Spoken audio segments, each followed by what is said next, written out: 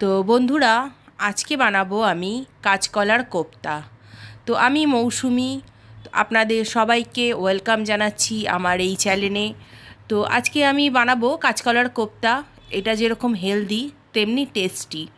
তো আমি এখানে 5খানা কাঁচকলা নিয়ে নিয়েছি, আর মাঝখান থেকে এরকম কাট করে নিলাম। আর বেশ কটা আলুও নিয়ে নিয়েছি। তো আলু কিন্তু কয়েকটা আমি দেবো কাঁচকলার সাথে, মানে কাঁচকলা যখন মাখবো তার সাথে দেবো। আর কয়েকটা কিন্তু আমি ঝোলে দেবো। এবার ঝোলের আলুটা অপশনাল, আপনারা দিতেও পারেন নাও দিতে পারেন।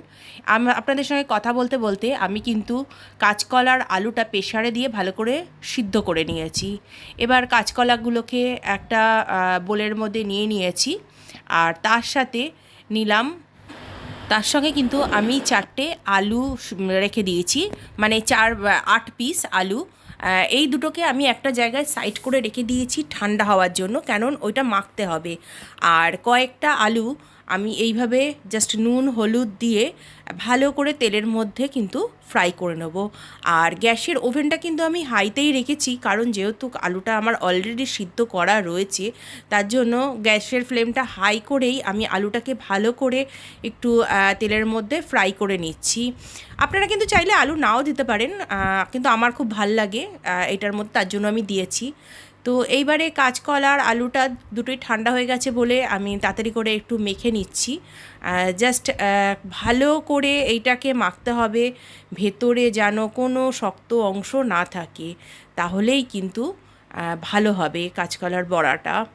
তো এর মধ্যে এবারে দিয়ে দিলাম 2 চামচ বেসন আর 2 চামচ কর্নফ্লাওয়ার।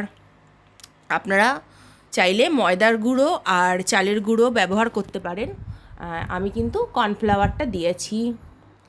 আর তাতে দিয়ে দেব একটুখানি হলুদ। এবার কিন্তু একটু নুনও দিয়ে দিলাম তার সাথে। আর তার সাথে দিলাম 1 চামচ লঙ্কা বাটা। আর গাইস, একটা কথা বলতে ভুলে গেছি, আমি কিন্তু ওই সিদ্ধর মধ্যে একটুখানি নুন দিয়েছিলাম। তাই এরপরে যখন নুনটা দেবেন তখন একটু ভেবেচিন্তে দেবেন। এবারে আরেকটা উনুনের মধ্যে আমি ফ্রাই প্যান বসিয়ে দিলাম হাই ফ্লেম করে, আর বেশ কিছুটা তেল দিয়ে দিলাম। আর তেলটা বেশ গরম হওয়ার পরে আমি কিন্তু একে একে বড়াগুলো ছেড়ে দিচ্ছি। এবার বড়াগুলো কিন্তু আপনাদের ইচ্ছে মতন আপনারা করতে পারেন।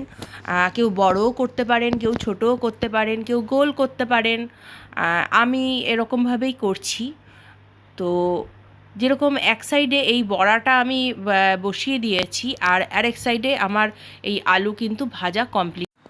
বড়াগুলো কিন্তু একটু বেশ ভালো করে লাল করে ভেজে নেব। আর আরেকটা কথা মনে রাখবেন, বড়া যখন ভাজবেন তখন কিন্তু গ্যাসটাকে সিম করে দেবেন, তাহলে বড়াগুলো কিন্তু ভালোভাবে ভাজা হবে আর ভালো লাল লাল হবে।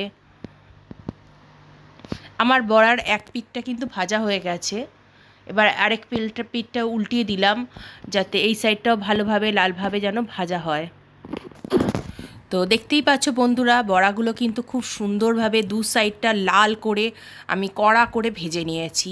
একটু কড়া ভাজা না হলে না, মানে ঝোলটা যখন দেব তাহলে কিন্তু ক্যাতক্যাতে হয়ে যাবে বা বড়াগুলো ভেঙে যাবে।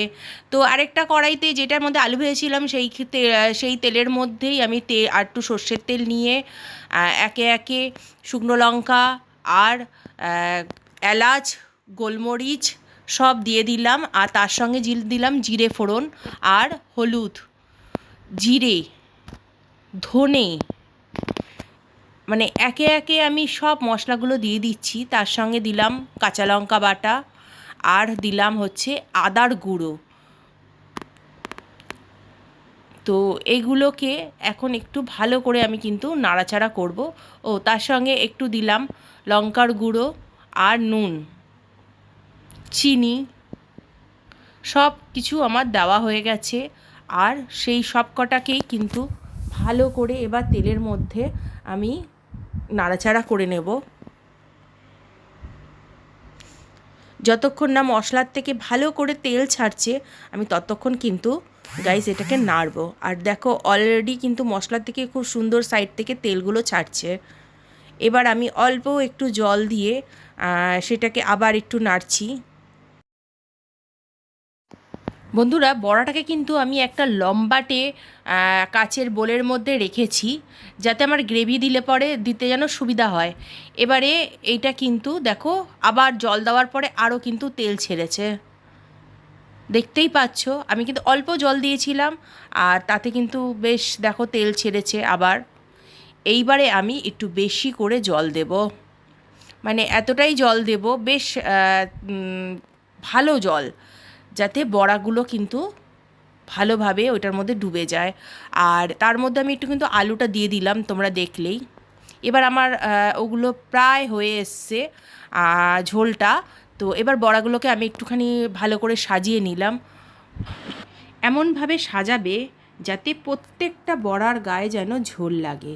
আর এই ঝোলের মধ্যে আমি একটু গরম মশলা আর একটু ঘি দিয়ে দিলাম, এতে কিন্তু টেস্টটা খুব সুন্দর হয়। আর এবারে আমি গ্যাসটাকে অফ করে দিলাম। এবার একটা হাতা দিয়ে ঝোলটাকে জাস্ট এইভাবে নিয়ে আমি বড়ার ওপরে আস্তে করে দিয়ে দেব। তোমরা কি বলতে পারো গাইস, কেন আমি ঝোলের মধ্যে বড়াটা দিলাম না? একটাই কারণে, কারণ যখন বড়াটা আমি ওর মধ্যে দেব, কী হবে বলো তো, বড়াটা একদম ঝোলটাকে অ্যাবজর্ব করে নেবে, আর বড়া একদম নরম হয়ে যাবে, একদমই নরম হয়ে যাবে। এতে কী হবে, যখন আমি কারোর জন্য তুলতে যাব বা সার্ভ করতে যাব, তখন কিন্তু বড়াগুলো একদম নরম ভেঙে যাবে। তো এর মধ্যে কি হবে, বড়াগুলো কিন্তু প্রপারলি একদম সুন্দর, দেখছো ঝোলগুলো কি সুন্দরভাবে বড়াগুলো অ্যাবজর্ব করে নিচ্ছে। আর বড়ার কালারটাও দেখেছো কীভাবে চেঞ্জ হয়ে গেল। তো এর জন্যই আমি জাস্ট এইভাবে করি। আমি যখন ধোকার ডালনা করি, আমি কিন্তু এইভাবেই করি। আর আমার কিন্তু এখন রান্নাটা কমপ্লিট। আর আলুগুলোকে আমি আরেকটা পাত্রে সুন্দর করে তুলে রেখে দিয়েছি। তো তোমাদের এই রেসিপিটা কেমন লাগলো সবাই কিন্তু কমেন্টে জানাবে, আর আমার চ্যানেলকে কিন্তু সাবস্ক্রাইব করবে।